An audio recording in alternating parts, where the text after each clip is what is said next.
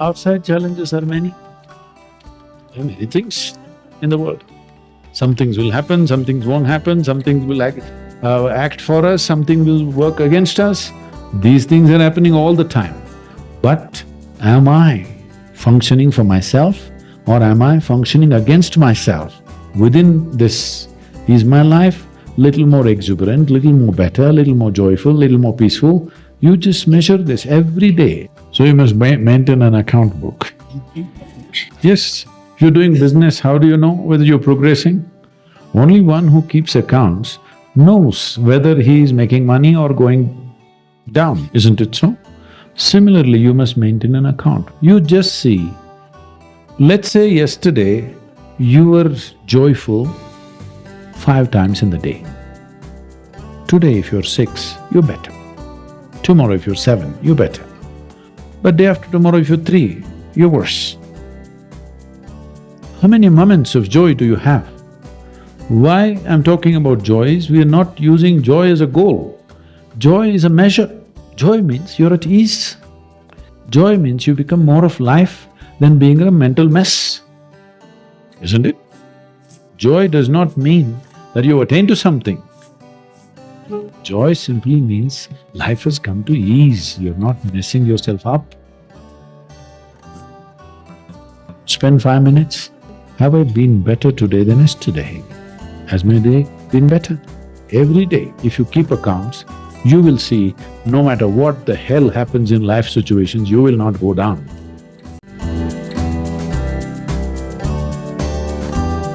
Here I'm not trying to tell you what to eat and what not to eat. You eat whatever you want. But being a human being, the most important thing is that you do it consciously. Whatever you do must happen consciously. Your selection of food and consumption of food also must happen consciously. More than what you eat, how you eat it is also equally important. When I say how you eat it, these are all live substances. Every one of them had a life of their own, whether it's a plant, animal, vegetable, every one of them had a life of their own. If you approach it with a certain sense of gratitude and reverence towards the food that you eat, when I say reverence, it may feel like too much for you, but I'm asking you, let's say we put you in a room and you had nothing to eat for 5 days. If God appears in front of you, what will you ask for? Food? So that's how important it is. You must understand the food on your plate is not just a substance, it is not a material, it is not a commodity, it is life. It is the life-making material for you. So you must treat it as such. Right now, when it's on the plate, when it's out there, it has no value, but the moment you consume it and it becomes your flesh and blood, now suddenly it's of immense value. Why do we live like this? It's very important, when it comes on your plate itself, you must treat it as a part of yourself. With great reverence, you must consume. Just the way you consume it, if you change that, food will behave very differently within you.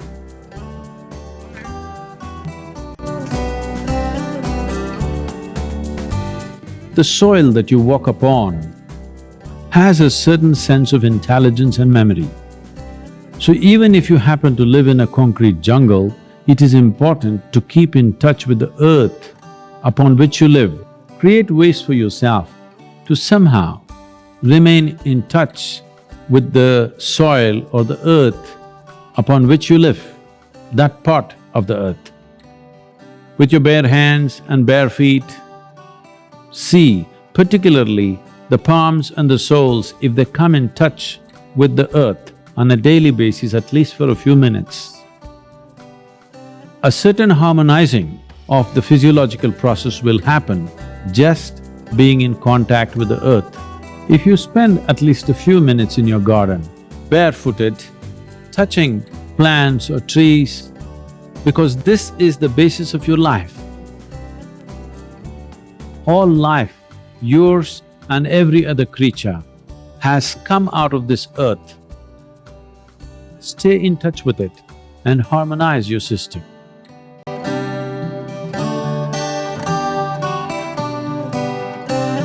One thing is, before you go to bed, just sit in your bed just for 2 minutes. 2 minutes, just see, suppose you're going to die right now in 2 minutes' time, how it'll be, and then sleep. You will see tomorrow when you wake up, you will wake up like you just born.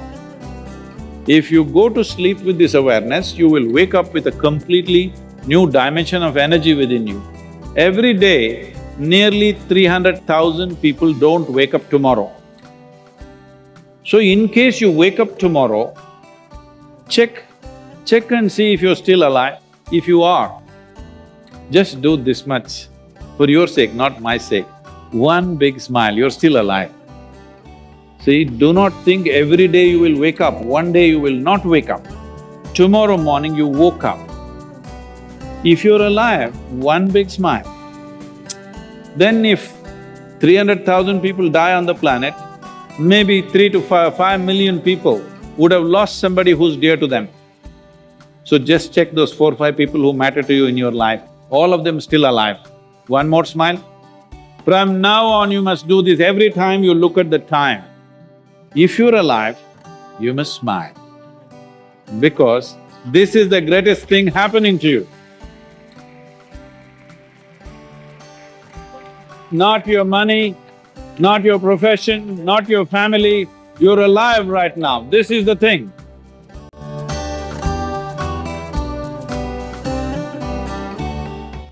Your ability to live well on this planet is essentially how well you can harness this body and this mind. Yes or no? So if you have to harness this the way you want it, it's very important. There is a little space between you and the body. There is a little space between you and the mind. Whatever suffering, any kind of suffering that you have known in your life has entered you either through the body or through the mind. Do you know any other kind of suffering? Do you know any other kind of suffering? Physical suffering, mental suffering. These are only two things you know, isn't it? If a little distance arises between you and the body, between you and the mind, this is the end of suffering. Once there is no fear of suffering, only then you will explore the full depth and dimension of this life.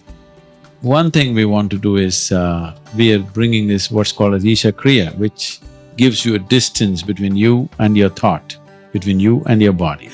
If people experience this for 2 minutes a day, their lives will change. Definitely, I'm telling you. Once they know the freedom of it, you will not like anything. You will not like any drink or drug or whatever, because it is a much big high than that. Much big high than anything that you have seen.